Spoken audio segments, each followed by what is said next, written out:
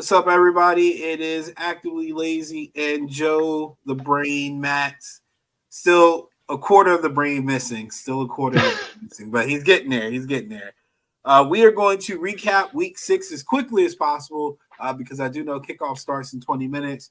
And you can blame Tristan for just commandeering the living room, which is why we are late.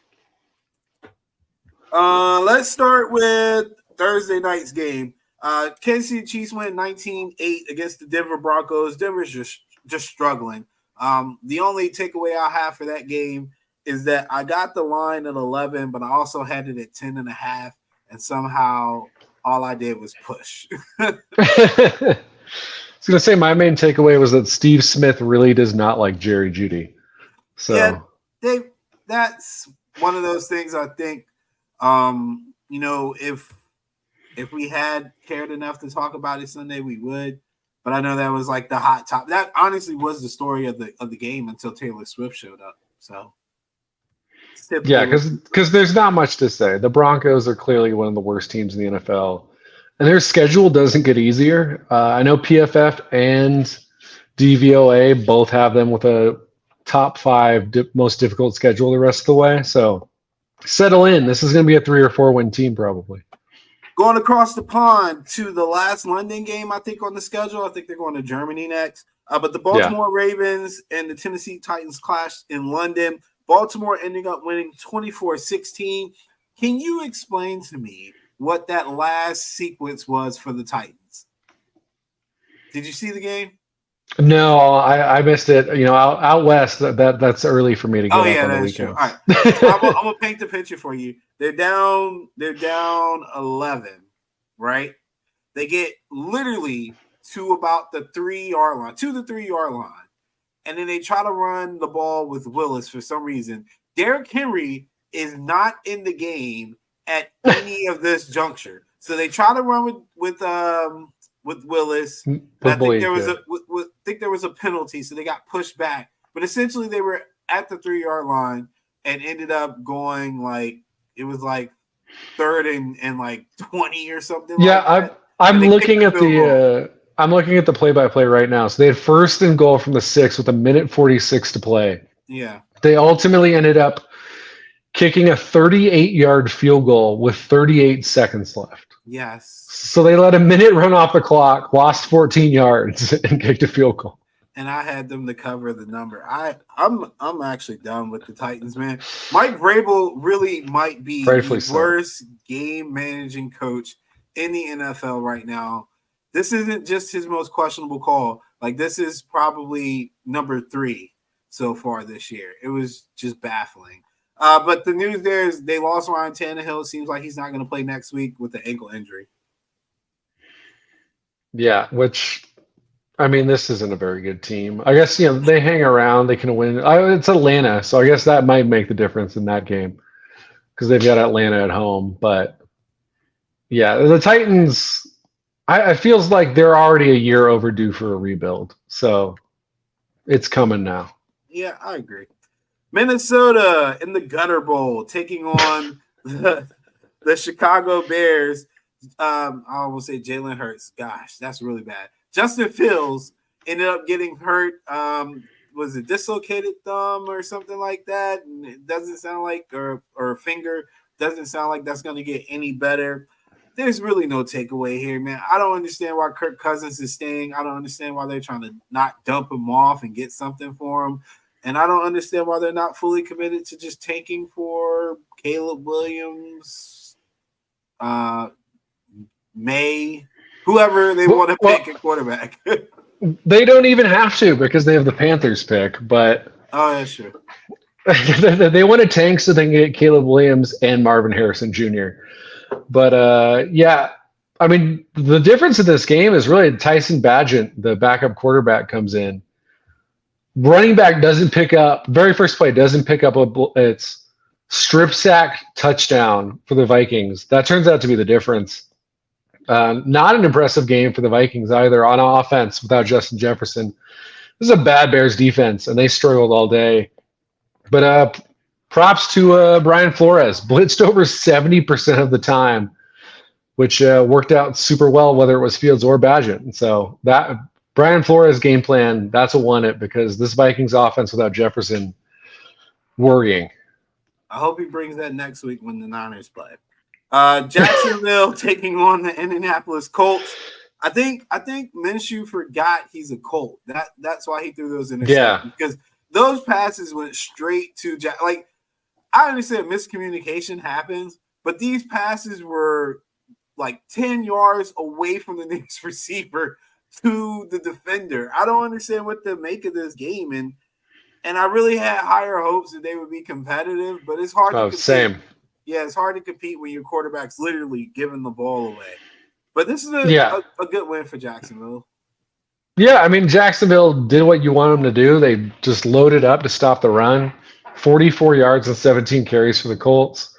Make them one-dimensional, force Gardner Minshew to beat you, and Gardner Minshew just, evidence of why he's a backup quarterback and not a starting quarterback somewhere. So, yeah, Jacksonville seems like they've been able to right the ship here, 4-2, although Houston Texans not going away. So this could still be competitive down the stretch, but Jags had to have this win, got it pretty easily. Good for them.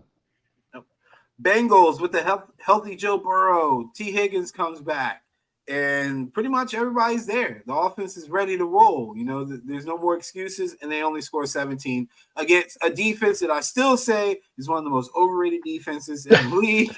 But they covered the number, and they got by a dangerous Seattle team, 17-13. Yeah, I mean, the offense looked pretty good in the first half and then just did absolutely nothing in the second half. The 3 points in the second half. But, I mean, the story of this game is just the defense coming through, especially in the red zone. Seahawks had 4 possessions in the red zone in the second half, scored 1 field goal. Had an interception, 2 end on downs. So it was really just, the Bengals, when they needed to, the defense stepped up, got it done. And this was the goal for them. I mean, they're 3-3 heading into the bye, so they're in a solid position. Burrow, presumably, even healthier in 2 weeks. Same with Higgins. So as far as, being 3-3, this is as good as you could feel if you're the Bengals. Man, they should be at least 5-1. Cut it. Well, I mean, it's disappointing, but it's like, hey, as far as it goes, all right, now you're in position. Yeah, I guess. Joe Burrow hurt. He's hurt. Miami taking on the Carolina Panthers, missing a couple guys on offense. I think Tyreek went out with a hamstring injury. Did he come back? I didn't see. I believe he did come back. Okay. I know he was out for a little while, but as far as I know, he is okay. I mean, they were down 14-0 in this game, 142-21, which, that's the Dolphins. They're, Mostert, 115 yards, 17 carries. It doesn't matter what running back's back there. As long as they've got speed, McDaniels is going to scheme it up. They'll find holes. And then, Tyreek just continuing to be incredible. So, yeah, and they've got a great matchup for their receivers next week, if you ask me. I don't know if their offensive line is happy about it, but the receivers should have plenty of action against a suspect Eagles secondary. But they won 42-21. Then we get to the Texans, which okay, he said he had cramps. Okay. But we get to the Texans. Okay. Texans won 2013 against the Saints. The biggest storyline here is that my guy CJ Stroud finally threw an interception. But I'm still saying it, man. Like, when I say my guy, it's tongue in cheek. I like Bryce Young coming out more because I prefer playmakers. But there's absolutely so did I. Yeah, there's absolutely nothing wrong with the better quarterback being CJ Stroud, which I think I said that several times on and off the air, that I felt like he was the better quarterback, but I prefer playmakers in today's game. But he has managed the game to a level that you just don't expect from a rookie. And on top of all that, he has he's been poised, like just in general poised. Like, he is the leader of that team, and they look up to him to lead. Like, you don't see a coddling rookie You see a No. leader, and I think that's huge for that organization because that was one thing Deshaun Watson had when he was a rookie. He was coming in for the Texans. He was a leader. Like they rallied around him. He made the team around him better. And you got to start taking these guys seriously, man, if you're the Jags or the rest of the division. Yeah, I mean, they've already beaten the Jags. This defense looks pretty solid.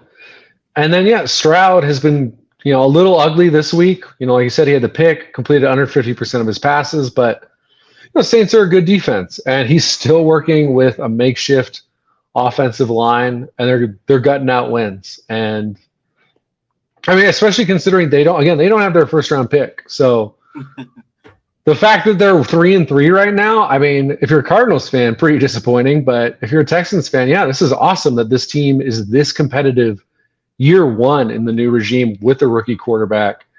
You got to continue to just feel great about the future there. Yeah, and handling this Saints defense was really good. They're not a bad defense. This is a good defense. Yeah, they're above average. Speaking of good defense, the Browns beat the Niners 19-17. And listen, look, I have no problem with losing this game. Before the game started, I said I wanted us to see how we react to an ugly game. Didn't expect to lose the game, but I figured it would be an ugly game because unlike some folks, I have watched the Browns defense. I know very well that they are good, if not the best defense. And I know very well that Myles Garrett is arguably the best edge rusher in the game. Run, pass, doesn't matter. The dude is a force to be reckoned with. And they have a very cohesive secondary. They all hit hard. There is not one weak link when it comes to hitting on that defense. And that takes a toll on anybody. It takes a toll on anybody. And I would say that I'm not happy with the results, especially with the Niners having McCaffrey hurt and Debo hurt and Trent hurt. Literally the three people I always say we need to have healthy. But at the end of the day, to be in a position to still have a chance to win the game, you can't be but so mad, Like we missed the field goal to win the game. We didn't come through, but hell, we had a hobbled Trent doing his best to block Myles Garrett. And for the record, Myles Garrett, I think on the last 4 passes we had, he had 4 pressures. Like he was killing them. And then, Debo does a lot for that offense just with his presence. We were just out of sync. So great win for that. And PJ Walker, I mean, I don't want to give PJ Walker too much credit. He had 2 picks. If anything, the defense bailed him out. Yeah, the defense, and then Kareem Hunt made one big play, I think, on the run, and he scored. I'm not like PJ Walker didn't really do anything. If anything, he almost threw the game for him. No, exactly. That to me was the shocking part, is that PJ Walker played the way I would assume PJ Walker would play against the Niners defense, and they still found a way to win. Per Nate Tice of The Athletic, the worst. Why am I blanking on the? I'm blanking on the stat, which is terrible for me as the stat guy. Success rate. Worst Niners success rate since week 2 of 2017. So that was when Brian Hoyer was starting for Shanahan his first year as the head coach. So that's how good this defense played. The average to go on 3rd down for the Niners in this game, 3rd and 11. Yeah. So, I think this was this. I don't think you can even argue it after what we just saw, is that the Browns are the best defense in the NFL. And I mean, to your point that you also made on Facebook, the upside for the Niners is the only other defense that's probably close physically and with lack of weakness is the Niners. Mm-hmm. So you're not seeing this again unless the Browns somehow make the Super Bowl, which, whether it's PJ Walker or even Deshaun Watson, I still think this team's probably too limited offensively to be that sort of team. But yeah, this defense is as good as it gets right now in the NFL. I will cry if they make the Super Bowl and we do. But we're running close to kickoff, so we'll just do one-liners for the next 4 games, and then we'll give our prediction. Washington 24, Atlanta 16. Arthur Smith is terrible. Oh, see, I was going to say Desmond Ridder is terrible, so there we go. 2 peas in the pod. Let's see. New England visiting the Las Vegas Raiders. 21-17 Raiders win. Jimmy G's back is okay. That is not my one-liner, but I just want to throw it out there. It's not as bad. But my one-liner here is that Mac Jones is now 0-13 against the spread as a dog, which means he's never had an upset win. Wow, that's quite a stat. I don't really have much to say about this game because who cares about Raiders Patriots? But I will say the Raiders winning means that the Chargers win tonight. 13 of the 16 teams in the AFC will be 500 or better. Lions traveling to Tampa Bay. Team Meathead won 20-6. Wasn't the cleanest game, but I mean, the more I watch the Lions, the more they look like a team that you have to consider can get it done because they just keep finding ways to win, whether it's pretty or ugly. Yeah, I mean, of the five, now no one's undefeated, so they are tied with the best record in the NFL, and they are the only 5-1 team to have beaten one of the other 5-1 teams. So you get a win on the road in Kansas City, and their one loss is overtime to a solid Seattle team. So yeah, I'm Detroit. This is the best they've felt since. Not in my lifetime. Even with Barry Sanders, there's never a team where you felt this good if you're a Detroit Lion fan. Shout out to Rodney Peete. I just want to throw that out there. New York Jets taking on the Philadelphia Eagles.